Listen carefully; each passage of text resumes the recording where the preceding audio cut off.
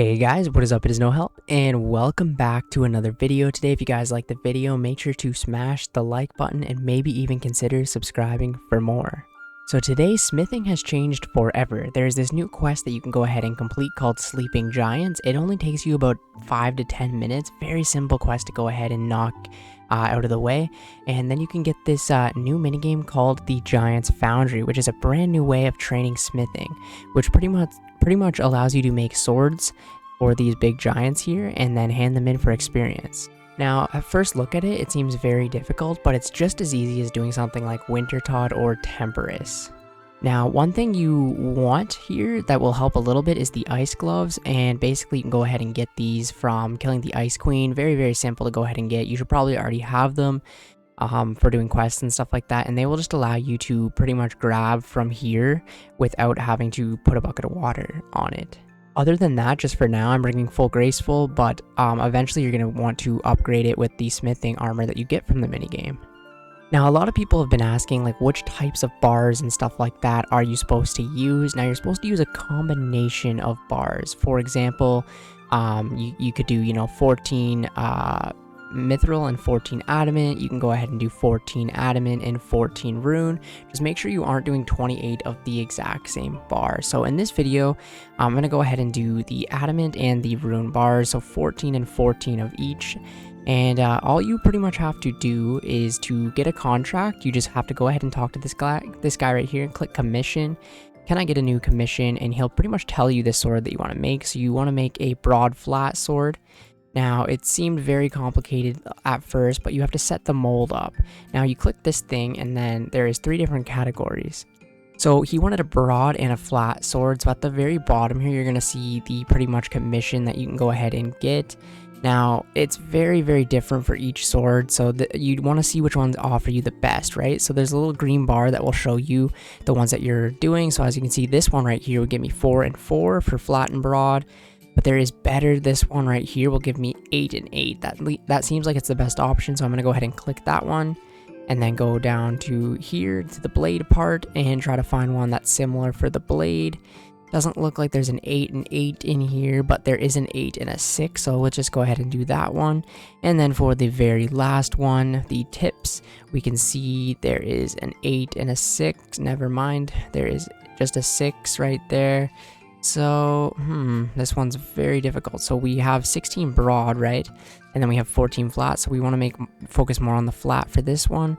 And I guess this one's kind of tricky. I guess I'll just go with something like that. And then basically you just go ahead and click set mold. And then all you have to do is deposit your bars or armor or whatever it is into this little hopper right here. So we're going to go ahead and click the adamant bars. And then we're going to go ahead and put the runite bars in here. Then what you want to do is click pour, and it will pour it into the mold that you just made. Now, I'm not going to go for a timed game here. I'm going to try and explain things in the best manner that I pretty much can. Okay, so once you pour your mold, if you are wearing ice gloves, go ahead and pick up this right here, and you'll get a sword in your hand. Now, you ideally want to do this fairly fast. So I'll try and explain it in the best situation that I can. So right here, you start off with the red, right? Now, red is hot right here, and this is how you heat it up. And it will make this bar go this way, right? Or down to here. And then the cold is the waterfall. So we want to get it to this right here. So if we actually want to cool down the sword right now, because it's past the hot line that we pretty much need. So we want to get it somewhere to, somewhere like at the bottom kind of tier of here, right? And now that it's like right here in the white zone, we can pretty much go ahead and use this right here on the hammer. And as you can see right now, we're going to be gaining some smithing XP. I should have made that a little bit more hotter. We want it on the top of the hot side right here. So try and get it to the best part of the hot side right here. Sorry about that. So now that it's right there, it's good enough, I guess. I guess we could put it a little bit more. There we go. You want it to be white. So now that it's on the white, as you can see, when we go to this one right here, the hammer, this bar will go up, and then this bar will slowly go down. So you want to keep an eye on both of these bars. When this bar right here, for example, gets too low, you're going to have to heat it up again. So we're going to go back here, heat it up again, make sure it goes to the very top.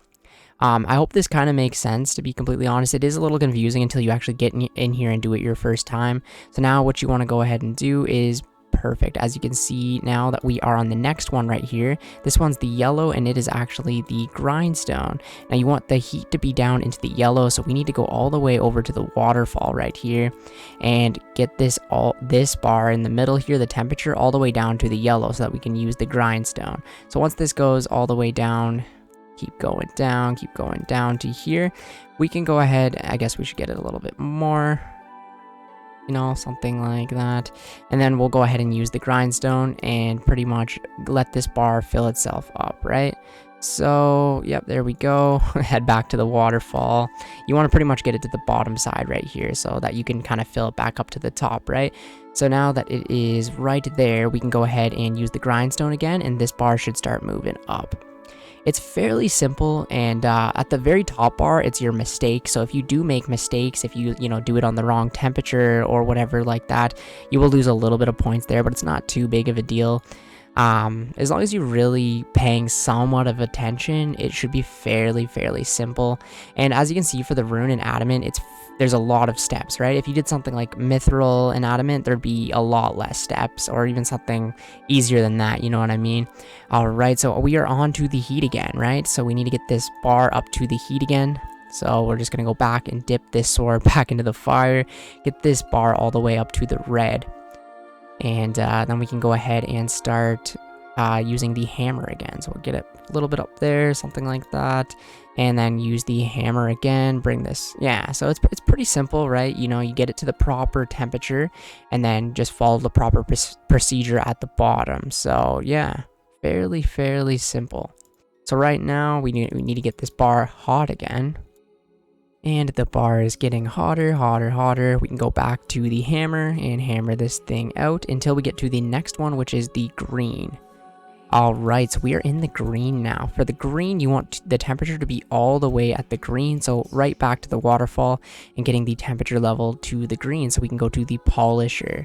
This is usually the last step. It depends on the contract. This is the last step for mithril and adamant, but it depends on the sword and depends on everything like that. So once this temperature bar drops all the way to the green, we can... I need to heat it up now, Jesus. To the green, that one went pretty quickly there on me. We can go ahead to the polisher and use the polisher. All right, there we go.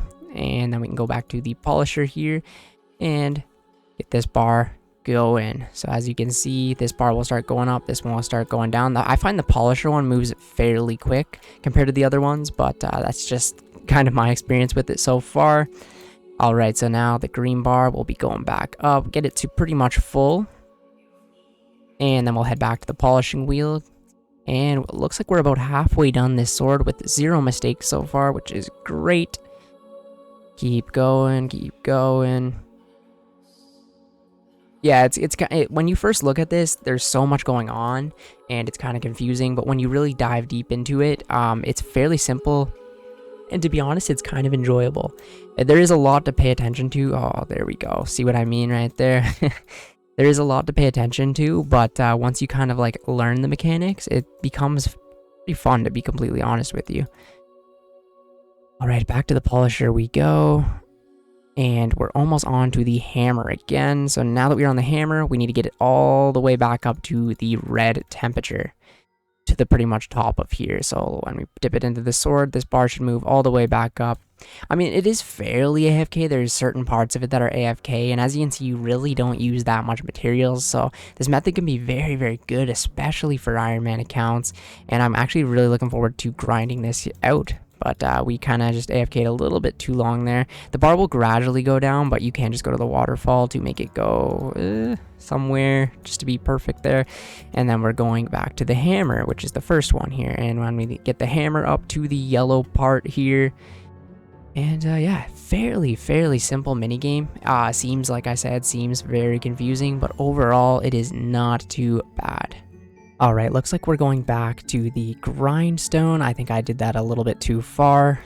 So pretty much there is the the hammer, then there's the grindstone, and the polishing wheel. 3 things you have to remember. It's really not too hard, and you just kind of follow the colors, right? If it's here, if it's on the yellow one, right, you know, you go to the yellow temperature. If it's on the red one, you go to the red temperature and stuff like that. Oh, we just made 2 mistakes there because we weren't really paying attention, but it is what it is, right? So we need it to go back to the yellow, and for that we could cool it down a little bit, but yeah, overall a great mini game, and I hope I'm doing the best possible way of explaining this. It's kind of a difficult thing to explain as you're doing it, but I'm sure like the more experience that I get with it, you know, the better I will be at it. And especially with these like really long ones, like the rune and adamant ones, I feel like it's a lot easier to make mistakes because you get kind of impatient. I don't know if that's just me, but it seems to be that way. And you know, you kind of like, oh, which way's the bar is gonna go? Like, it's still so new, you know what I mean, that you kind of are just learning everything. But I'm hoping that this kind of helps a few of you guys out. I will probably be making a lot better of a guide in the future for this when we all learn a lot more about it and stuff like that, and be covering more of the rewards and stuff like that. I'm sure once you get all of the rewards, this minigame is going to be a lot better anyways. And also with the rewards, you can unlock better molds that will just pretty much make you get more experience over time, right? They will get you different like molds that you can do that will just give you better pretty much compromution points. I don't know what word I'm trying to say there, but it will pretty much just get you the better points overall for the game.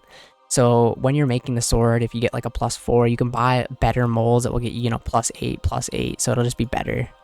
Okay, so we eventually finished the sword. We'll see actually how long it takes. So once you finish your sword, right, it'll have a little check mark and it'll say you've successfully finished the sword. All you have to do is go ahead and click hand in. Your sword is looking good, and 17k smithing experience. Sword completed in 12 minutes. It could be a lot better just because I was explaining and stuff like that. So we did 17,000 smithing experience and 34,000 GP.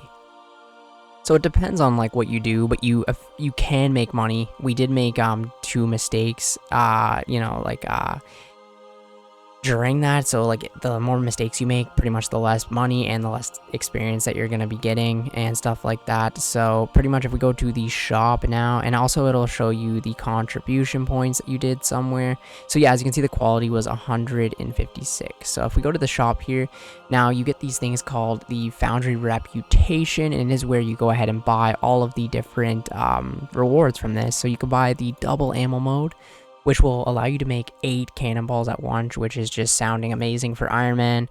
Ore pack, you know, you have the smithing outfit that you can eventually buy, and then we have a blade, which I'm not sure, I think it's something for peers, which is cool.